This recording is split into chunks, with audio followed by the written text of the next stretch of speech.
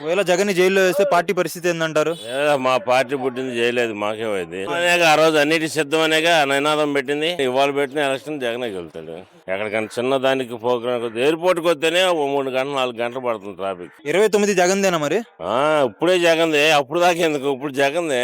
జనంలో ఉందయ్యా బాబు, ప్రతి ఒక్కరు ఓటేసిన వాళ్ళు ఉండిద్ది. ఇప్పటికైతే జైలుకి వెళ్ళే ఆస్కారం లేదంటారు, జైలుకి వెళ్తే జగన్ కే ప్లస్ అంటారు. జైలుకి వెళ్ళే సినిమా లేదులే, అంత సినిమా ఎవరు ఇస్తారు. ఇప్పుడు ఏడాది అయిందిగా, ఇంకో ఏడాది అయితే జమినీ ఎలక్షన్లు వస్తే అప్పుడు ఇస్తారు. అన్ని ఇచ్చేస్తారు. సూపర్ సిక్స్ మొత్తం 1 నెల ముందు 2 నెలల ముందు ఇచ్చేస్తారు. జగన్మోహన్ రెడ్డి గారిని అరెస్ట్ చేస్తామని చెప్పి అంటున్నారు కదా, లిక్కర్ కుంభకోణంలో అరెస్ట్ చేస్తారంటారా? ఉంటే అరెస్ట్ చేస్తారు.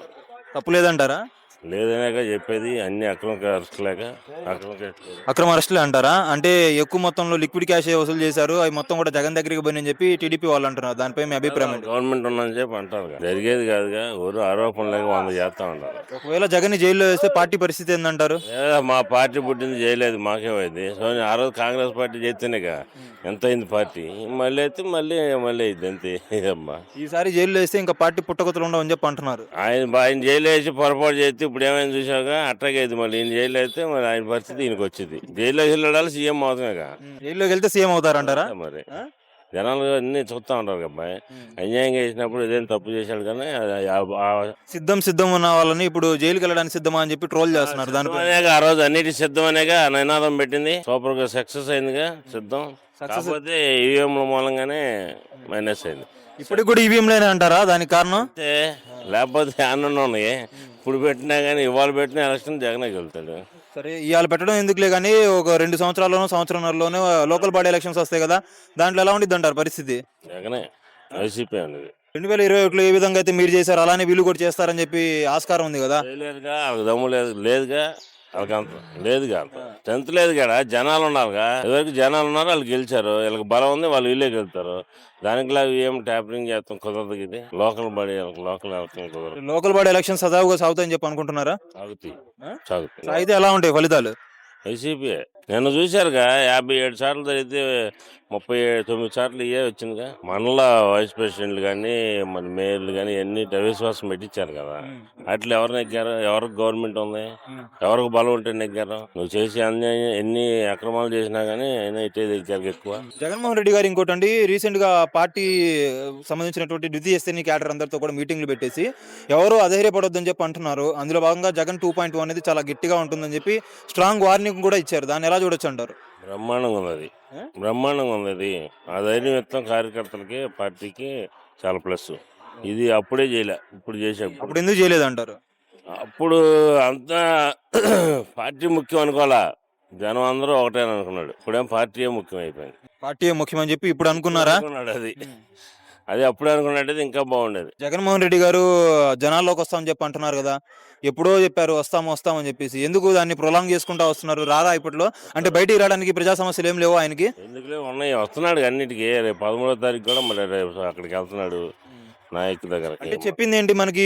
ప్రతి ఊరికి వస్తాను, ప్రతి గ్రామాన్ని తిరుగుతాను అన్నట్టుగా చెప్పారు కదా ఆయన. అప్పుడే వచ్చి తట్టుకోలేరమ్మా, టైం ఉంది. మరి నడుస్తున్నాడు అనుకో, వెనకాల బండి ఎదరకు రాలేదు. మళ్ళీ చూశారు ఊరినే ఎక్కడికైనా చిన్న దానికి ప్రోగ్రామ్ ఎయిర్పోర్ట్కి వస్తేనే ఓ 3 గంటలు 4 గంటలు పడుతుంది ట్రాఫిక్. వాళ్ళందరూ ఏం చెప్తున్నారంటే పెయిడ్ మీడియాలు ఈ మొత్తం కూడా కావాలని చెప్పి చెప్పుకొని వస్తున్నారని చెప్పి అంటున్నారు. దానిపై మీ అభిప్రాయం ఏంటండి? ఒకటే ఉంది, అన్ని మీడియాలు అందరికి అందరికి తెలుసుగా. ఇప్పుడు ఉన్న 10లో 9 వాళ్ళకే ఒకటే తెలుసు. జనం టీవీలో చదువుతున్నారు, వాళ్ళని వీడియో తీసుకోవచ్చు కదా. చెప్తే ఎవరికి జనం ఎక్కువ వస్తున్నారో తెలిసిందిగా. జనాల్లో ధరలెత్తి వస్తున్నారా, లేకపోతే జగన్ మీద అభిమానంతో వస్తున్నారా? నరేంద్ర మోదీ గారు మొన్న అమరావతికి మళ్ళీ శంకుస్థాపన చేద్దామని చెప్పి ఇక్కడికి వచ్చారు కదా, ఏమైంది ఈసారి పరిస్థితి ఎలా ఉండిద్ది అంటారు? గతంలో ఒక చెంబు నీళ్లను 2 కుండలు మట్టి తీసుకొచ్చారు, ఈసారి ఏముండిద్ది అంటారు?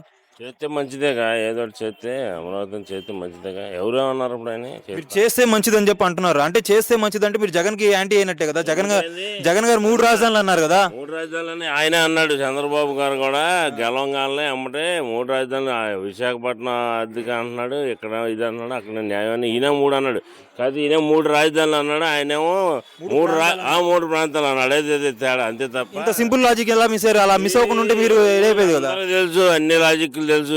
ఈఎంలు ఒకటే పొరపాటు, అన్నీ తెలుసు. జనం అందరూ తెలుసులే, కంగారేం లేదు. సరే, మీరు ఇప్పుడు అమరావతిని కట్టమని చెప్పంటారా, లేకపోతే మాకు 3 రాజధానులే కావాలంటారా? ఏదైనా ఒకటేగా, ఆయన అనేది ఈయన అనేది. ఈయనేమో ఒకటేసారి చదువుతున్నాడు నిర్ణయం. ఈయనేమో తెలివిగా 3 ప్రాంతాలు అభివృద్ధి చేస్తుంటే ఏదైనా ఒకటేగా. అయితే మా వాడే స్పీడ్ అయిపోయాడు, వీళ్ళేమో కొద్దిగా స్లోగా జనానికి మైండ్ ఆడ ఎక్కిస్తున్నారు. నొప్పి పుట్టకుండా సూది మంది ఎక్కిస్తున్నారు అంటారా? అంతే, తేడా ఏమి లేదన్న. ఏదైనా ఒకటే కడితే మంచిదాకా కట్టుకోండి. ఇంకోటండి, ఇప్పుడు అమరావతికి కట్టేటువంటి ప్రతి రూపాయి కూడా అటు పక్కన మనం చూస్తుంటే రైతులు ఎవరైతే భూములు ఇచ్చారో వాళ్ళందరూ కూడా మనం ఇవ్వాల్సిన డబ్బులు. అట్ ద సేమ్ టైమ్ కేంద్ర ప్రభుత్వం నుంచి అప్పులు తీసుకొస్తున్నారు, బ్యాంకుల నుంచి అప్పులు తీసుకొస్తున్నారు. ఇంత అప్పుని అమరావతి కట్టి తీర్చడం సాధ్యమైద్ది అంటారా? డెవలప్ వేరే వాళ్ళకి ఇస్తారు కదా, డెవలప్కి ఇచ్చి వాళ్ళ దగ్గర ఎంత కంపెనీలు వాళ్ళకి ఇచ్చి వాళ్ళ దగ్గర ఎంత తీసుకొని అమ్మాయి డెవలప్ చేస్తారు. డెవలప్ చేస్తారు, అలా ఇస్తారని చెప్పి మీరు అంటున్నారు. ఈడ చూస్తేనేమో రూపాయికి పావలాకి భూముల మొత్తం కట్టబెడుతున్నారు. దానిపై మీ అభిప్రాయం ఏంటి? మనం చూసుకుంటే టీసీఎస్ దానికి 99 పైసలకి ఇచ్చారంట, ఒక్కో ఎకరా 21 ఎకరాలు ఇచ్చారు. రాజధానిలో కాదు కదా అది, ఎక్కడ వైజాగ్ లో. చెప్పి అలా చేస్తారేమో. ఇక్కడ కుదరదులే, ఇక్కడ రైతులకి వాళ్ళగా డెవలప్ చేసే వాళ్ళగా. అక్కడంటే అది వేరు, అదేంటి ఏ ప్రాంతం తెలియదు, విశాఖపట్నం ఏ ప్రాంతం. ఇదంటే డెవలప్ చేయాలిగా, డబ్బు కావాలిగా ముందర. దానికోసమని కంపల్సరీ ఇక్కడ మామూలుగా రేట్లకి ఇస్తారు. 29 జగన్దేనా మరి? ఇప్పుడే జగన్దే, అప్పుడు దాకా ఎందుకు, ఇప్పుడు జగన్దే. అప్పుడు దాకా ఏం పని, ఇప్పుడైనా జగనే. మీ కాన్ఫిడెన్స్ చూస్తా ఉంటే చాలా బాగుంది. మరి ఏం కాన్ఫిడెన్స్ అసలు ఏం అర్థం కావట్లేదు నాకైతే. జనంలో ఉందయ్యా బాబు, ప్రతి ఒక్కరు ఓటేసిన వాళ్ళు ఉండిద్ది. అది కనపడిద్ది కదా, ఎవరు ఓటేశారు, ఎవరు ఎన్ని ఎంతమంది ఉన్నారు ఏంటి అనేది. ఇప్పటికైతే జైలుకి వెళ్ళే ఆస్కారం లేదంటారు, జైలుకి వెళ్తే జగన్ కే ప్లస్ అంటారు. జైలుకి వెళ్ళే సినిమా లేదు, అంత సినిమా ఎవరికి లేదు. వేసే సినిమా కూడా లేదా? లేదు లేదు. గతంలో చంద్రబాబు నాయుడు గారిని వేశారు కదా, మరి వాళ్ళు కూడా చూస్తారు కదా వేద్దామని చెప్పి. తప్పు చేసిన వాడిని వేస్తారయ్యా, తప్పు చేయని వాడిని ఎట్టేస్తారు. జగన్ తప్పు చేయలేదా మరి? చేయలే. ఆ రోజు అంటే ఏదో కేంద్ర గవర్నమెంట్ బలంతో సోనియా గాంధీ ఆ రోజు పార్టీ బలం కూడా లేక, సపోర్ట్ లేక ఈయనకి ఆ రోజు వేయడం జరిగింది. ఇవాళ ఏంది అందరు సపోర్ట్, అన్ని పార్టీ దేశం మొత్తం తెలుసు. 5 సంవత్సరాలు, మరి ఇప్పుడు సపోర్ట్ ఉందా జగన్ కి? 5 సంవత్సరాలు ప్రతిపక్షం చేశాడు, 5 సంవత్సరాలు సీఎం చేశాడు. వాళ్ళ పార్టీ బలంగా ఉంది. అసలు దేశంలోనే పార్టీ బలంగా ఉందా? ఏ పొత్తు లేకోకుండా, ఏ పొత్తు బీజేపీతో పొత్తుంది, కాంగ్రెస్ వాళ్ళకి పొత్తుంది, దేశం మొత్తం అందరితో పొత్తు, ఎవరితో పొత్తు లేకుండా జగన్ ఒక్కడే సింగల్గా ఫ్యాన్ ఆయన సింబల్ మీద దేశం మొత్తం మీద 4వ కూడా 5వ కూడా వచ్చాడు ఓటింగ్ శాతంలో. ఎవడు బలం గలవాడు అసలు? మోడీ బలం గలడా, లేకపోతే రాహుల్ గాంధీ బలం గలడా, మరి చంద్రబాబు బలం గలడా, జగన్ బలం గలడా? మీరు దీన్ని ఈవీఎం అంటే మరి వాడిని కూడా వాళ్ళు ఈవీఎం అని చెప్పి అంటున్నారు. దాన్ని మీరు అంటున్నారుగా, రాహుల్ గాంధీ అంటున్నాడుగా కాబోయే ప్రధాని. ఇప్పుడు 22 సార్లు అవ్వాల్సింది మిస్ అయినాడు ఆయనే అంటున్నాడుగా, ఆయన ఈవీఎంలు. మొన్నటిదాకా చంద్రబాబు కూడా అన్నాడుగా ఈవీఎంలు ఇదే. అసలు మొన్న పోటీ చేసి ఓడిపోయిన వాళ్ళే మాకు ఓటింగ్ శాతం జరిగిన దానికన్నా కౌంటింగ్ వచ్చిన దానికి తేడా రాలేదని బోల్డ్ మంది చెప్పారు. బీజేపీ ఎంపీ పోటీ చేసింది ఆమె అరకులో, ఆమె చెప్పింది నాకు ఇచ్చిన ఓటింగ్ పర్సంటేజ్ పోల్ అయింది ఎంతండి, 60 ఎవరు ఉంటారంట. ఆయన ఇప్పుడు దీనికి దానికి సంబంధం లేదండి, అడిగితే సమాధానం చెప్పలేదు, ఆయన లెవెల్లో చెప్పింది ఆమె. ఇప్పటికైతే జగన్మోహన్ రెడ్డి గారు రావడానికే కనిపిస్తున్నాయి మొత్తం కూడా అని చెప్పి అంటారు. రాజధాని కూడా కంప్లీట్ అవుతుంది అంటారు.